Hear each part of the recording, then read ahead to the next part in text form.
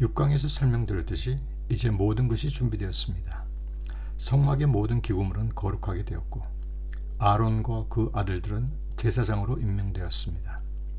제8일에 성막 봉사가 시작된 것입니다. 이제부터는 모세의 중재 없이도 하나님을 만날 수 있게 됩니다. 모세와 아론이 성막에서 나와서 백성을 축복하자 하나님의 영광이 온 백성에게 임하였습니다. 드디어 하나님이 이 땅에서 머무실 성막에 내려오셨습니다. 이날은 하나님과 백성 간의 화목이 이루어지는 축제의 날이었습니다. 이제 하나님과 함께 기쁨을 맛보는 일만 남았습니다. 그 축제의 날에 성경은 충격적인 소식을 전합니다. 아론의 두 아들 나답과 아비후가 하나님이 명하신 불이 아닌 다른 불로 분향을 올리다가 그 자리에서 죽는 사건이 일어난 것입니다.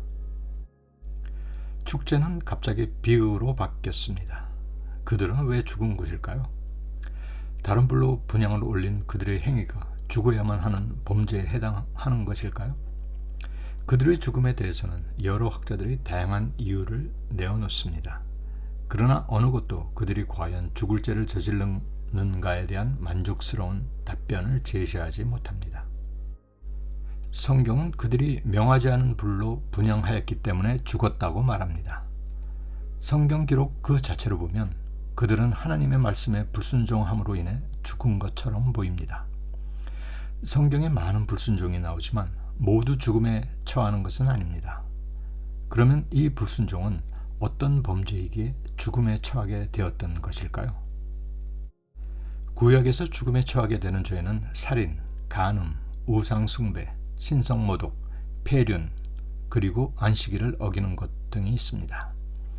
이러한 죄를 저지른 자는 속죄 제사로 속죄함을 받을 수 없고 모두 돌로 쳐 죽임을 당합니다.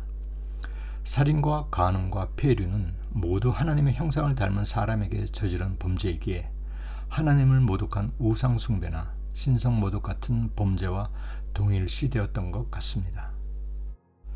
하나님은 이스라엘에게 안식일을 거룩히 지키라는 계명을 주셨습니다. 그런데 안식일을 어기는 것이 어떤 유형의 범죄이기에 돌로 쳐 죽임을 당해야 하는 것일까요? 안식일을 어긴 죄는 다른 계명을 어긴 죄와는 본질적으로 무엇이 다른 것일까요?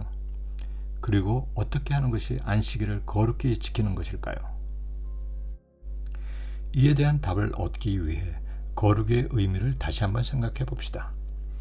거룩은 구별하다는 뜻입니다. 그리고 하나님은 거룩하시다란 말은 하나님은 본질적으로 피조물과는 구별되는 초월적인 분이라는 뜻입니다. 그런데 하나님은 온 세상에 충만하신 분이시기도 합니다. 그러면 하나님과 구별되는 피조물들은 어디에 존재할 수 있을까요? 이와 관련 신학자 몰트만은 하나님의 창조 사역은 하나님 자신을 제한하는 행위, 즉 침춤이라고 말합니다. 온 세상에 충만하신 하나님이 자신을 제한하시지 않는다면 이 세상 피조물들이 들어갈 틈이 없기 때문입니다. 세상을 의미하는 히브리어 올람은 언어학적으로 감추어진이란 뜻과 연결됩니다. 이 말은 이 세상은 하나님이 자신을 숨기고 제한함에 의해 창조되었음을 말합니다. 이제 하나님이 이 세상에 내려오셔서 인간과 함께 하기를 원하십니다. 이를 위해선 하나님을 위한 구별된 시간과 공간이 필요합니다. 그것이 안식일과 성막 같은 거룩한 영역이 필요한 이유이지요. 따라서 거룩은 하나님이 자신의 임재를 위해 준비한 시간과 공간의 영역입니다. 그런데 이 영역은 하나님의 절대적인 임재를 경험하는 곳이기에 그 안에 있는 모든 피조물들은 거룩해야 합니다. 쉽게 말하자면 하나님과는 구별되어야 하는 것입니다. 하나님과 함께 있다고 자신이 하나님처럼 되는 것이 아님을 명심해야 하는 것이지요. 그러므로 하나님이 피조물을 위해 끊임없이 자신을 제한하셨듯이 인간도 이 영역에서는 자신을 제한함으로 하나님과 철저히 구별되어야 합니다.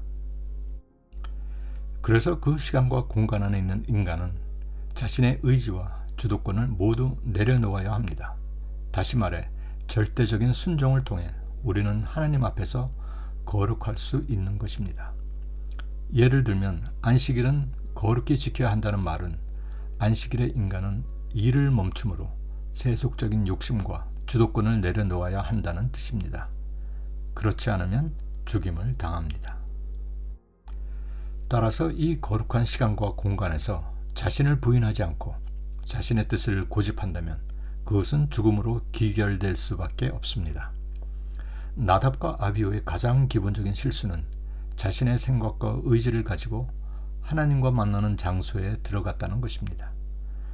즉, 거룩한 공간에서 자신을 제한하지 못함으로 그들 자신의 현존을 주장했고 그것이 거룩과 부딪혔습니다. 이것이 그들이 죽은 이유입니다.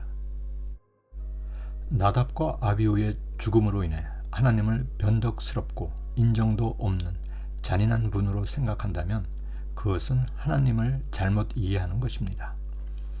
기독교 초기에 하나님에 대한 이해가 부족했던 일부 이단들은 구약의 하나님은 잔인하고 복수하시는 신인 반면에 신약의 하나님은 사랑이 풍성한 하나님으로 이원화하는 신화를 만들어내었습니다.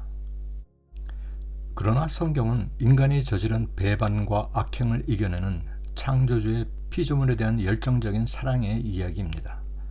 하나님은 인간이 필요해서가 아니라 우리가 그분을 필요로 하는 존재이기 때문에 우리가 자원해서 하나님을 만나기를 원하십니다. 그리고 그 만남의 공간에서 하나님은 우리에게 순종을 요구하십니다. 왜냐하면 우리의 마음의 생각이 항상 악하기 때문입니다. 그러므로 우리는 하나님께 순종하는 습관을 들여야 합니다. 이를 위해서 하나님의 말씀뿐만 아니라 하나님의 의도까지 알아야 하지요. 그렇지 않으면 자신의 생각을 하나님의 뜻으로 착각하기 쉽고 그것은 죽음으로 귀결됩니다. 가인이 자신의 생각을 하나님의 뜻으로 착각한 채 하나님께 예배를 드렸을 때 그는 결국 거룩한 예배의 장소에서 살인의 마음을 품었습니다. 나답과 아비후의 죽음은 거룩의 문제로 하나님의 임재 가운데에서 자신의 생각과 욕망을 투영시킬 때 죽음이 뒤따라옴을 우리에게 경고하고 있습니다. 그래서 이 비극적인 상황 속에서도 하나님은 모세를 통해 아론을 위로하기보다는 거룩을 말합니다. 나를 가까이 하는 자 중에 내가 거룩하다 함을 얻을 것이다.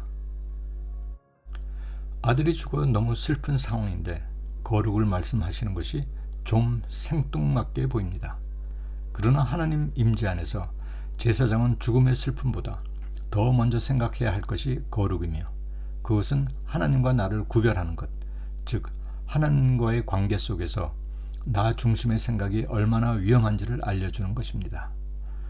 하나님의 임재 가운데서 살아야 하는 하나님의 백성은 바로 이 점을 명심해야 할 것입니다.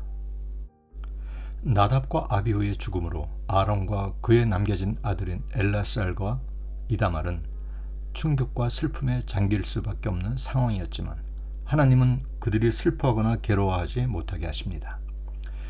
그들이 머리를 풀거나 옷을 찢는 행위는 그들의 슬픔을 주장하는 것으로 자신을 부인해야 하는 거룩한 공간에서 해서는 안 되는 것이었기 때문입니다.